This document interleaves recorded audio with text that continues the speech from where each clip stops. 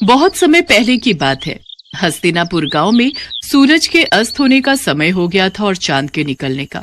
तभी सूरज चांद से कहता है, अरे भाई एक बात बताओ, जब भी तुम आते हो तो कोई तुम्हें आदर सम्मान देकर प्रणाम क्यों नहीं करता? ऐसा बिल्कुल भी नहीं है भाई, कई लोग मुझे भी प्रणाम करते हैं। पर मैं तो जब भी आता हूँ सारी दुनिया जल चढ़ाकर और सूर्य नमस्कार करके मेरा स्वागत करती है, किंतु मैंने आज तक किसी को भी तुम्हारा स्वागत करते हुए नहीं देखा। चांद और सूरज की ये वार्तालाप हस्तिनापुर गांव के निवासी सुन रहे थे। तभी बिरजू कहता है, हम तो सिर्फ सूरज को ही अपना भगवान मानते हैं, चांद हमारे लिए कुछ नहीं है। नहीं, ऐसी बात नहीं है। चांद भी हमारे लिए भगवान समान ही है। चांद भी हमें रोशनी देते हैं। सूरज भगवान तो हमें रोशनी और धूप देते हैं, लेकिन चांद वो हमें क्या देते हैं? लेकिन सारी रात तो हम सोए रहते हैं, तो फिर उस रोशनी का हम क्या करेंगे? हमें चांद की जरूरत नहीं है। हाँ, अगर चांद नहीं भी आएगा तो हमें कोई फर्क नहीं पड़ेगा। हाँ, उसका होना ना होना एक ही बात है। तुम ये क्यों भूल रहे हो? करवा चौथ वाले दिन इन्हीं की पूजा करने के बाद तुम्हारे लिए रखा गया व्रत पूरा होता है। लेकिन शुरुआत तो सूरज भगवान की पूजा से ही होती है। गांव वालों की बातें चांद और सूरज बड़े ध्यान से सुन रहे थे। उनकी बातें सुनकर सूरज तो खुश हो गया, लेकिन चांद थोड़ा उदास हो गया। फिर सूरज चांद से कहने लगा, देखा, हस्तिनापुर के लोग भी मुझे ही अपना भगवान मानते हैं और उनकी नजर में तुम्हारी कोई अहमियत नहीं है। परंतु मैं भी तो इन्हें रोशनी देता हूँ, और अगर मैं ना रहूं तो मेरे बिना इनकी जिंदगी भी अस्त व्यस्त हो जाएगी। ये तुम्हारी गलतफहमी है। इन लोगों को तुम्हारी बिल्कुल भी जरूरत नहीं है। अगर मेरी जरूरत किसी को भी नहीं है तो ठीक है, आज के बाद मैं आऊंगा ही नहीं। इसके बाद चांद वहां से चला जाता है और उसके जाते ही सारे गांव में अंधेरा छा जाता है। वैसे तो आसमान में कुछ सितारे होते हैं, लेकिन उनकी रोशनी ना के बराबर होती है। लेकिन अंधेरा इतना ज्यादा होता है कि किसी को भी कुछ दिखाई नहीं देता। हस्तिनापुर गांव में बुआई का समय शुरू हो गया था, इसीलिए किसानों को सुबह जल्दी उठकर खेतों में जाना होता है। लेकिन चांद के ना होने से बाहर घनघोर अंधेरा होता है।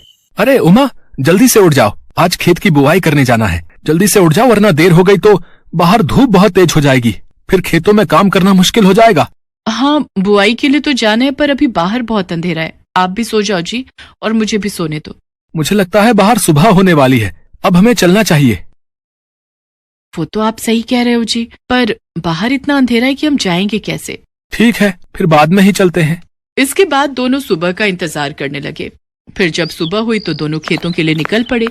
लेकिन थोड़ी ही देर में सूरज सर पर आ गया और खेत में काम करना मुश्किल हो गया। बहुत गर्मी हो रही है जी, चलो घर चलते हैं, कल सुबह जल्दी आकर काम कर लेंगे। हाँ, तुम सही कह रही हो, इस भयानक गर्मी में तो हालत खराब हो गई। अगले दिन जब दोबारा काम के लिए उठते हैं तो बाहर बहुत अंधेरा होता है, और बाद में जब काम पर जाते हैं तब तक तेज धूप हो जाती है। इस समस्या से परेशान होकर पवन सूरज भगवान से कहता है, हे सूर्यदेव, अगर आप रात को भी उपस्थित रहें तो हमें कभी भी चांद की जरूरत नहीं पड़ेगी और हम केवल आपकी ही पूजा करेंगे। अरे जल्दी से खाना बना दो, मुझे बहुत तेज भूख लगी है, नींद आ रही है, सोना भी है। लेकिन अभी तो दिन हो रहा है जी, क्या अभी से खाना बना दूं? हाँ, मुझे लगता है आज शाम नहीं होगी। तुम जल्दी से खाना बना दो, मुझे बहुत भूख लगी है।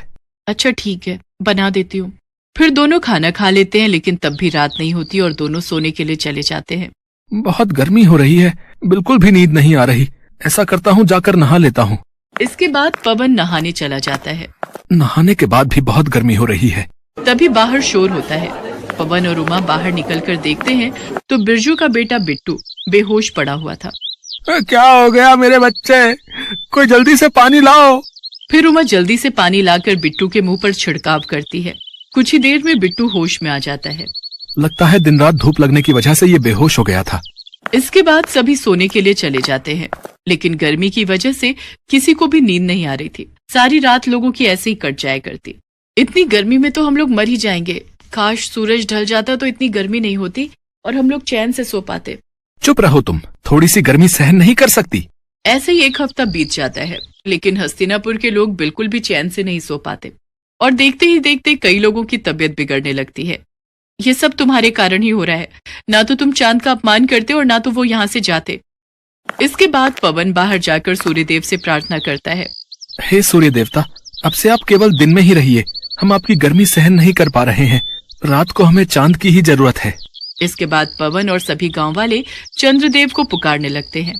हे चंद्रदेव, हमें माफ कर दीजिए, हमें आपकी भी उतनी ही जरूरत है जितनी सूरज की। हाँ चंद्रदेव, जहाँ दिन सूरज के बिना अधूरा है, वहीं रात आपके बिना अधूरी है। अब से हम आपकी भी उसी तरह पूजा करेंगे जिस तरह सूर्यदेव की करते हैं।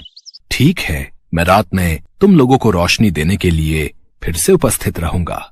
मुझे माफ कर दो मेरे भाई, अब मुझे समझ आ गया है कि जितनी जरूरत इस दुनिया को मेरी है उतनी ही तुम्हारी। सूरज ढल गया और अंधेरा होने लगा। तब चांद ने अपनी रोशनी चारों ओर बिखेर दी। इसके बाद सभी गांव वालों ने सर झुकाकर चांद का स्वागत किया और सभी गांव वाले पूरे 1 हफ्ते बाद